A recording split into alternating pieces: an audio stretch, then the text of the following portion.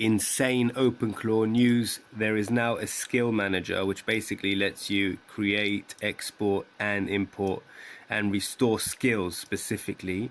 And what's amazing about this is that, let's say you have your own skills that you've kind of created for yourself and you want to transfer them from, let's say, one computer to another, from VPS to, let's say, you know what I mean, to a mobile, to the Android version of OpenClaw. You can now export them just by checking a box, and you can transport them to other OpenClaw installations, which is fantastic. You can do that for workspace skills and installed skills. So if you've installed skills, and you can now transfer them over, which is fantastic. So let's say I just took 2 of these, I can export it as a zip, and then it will immediately download.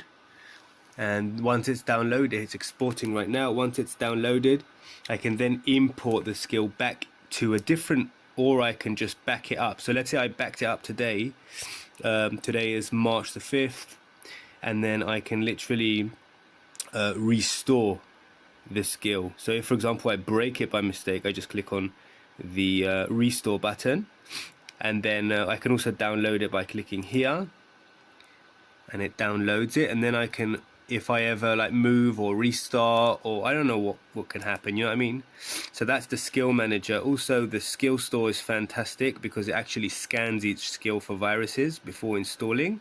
And you know, the current native one on OpenClaw is annoying because what it is, the actual bot decides what to install. I don't like that. I like to have control.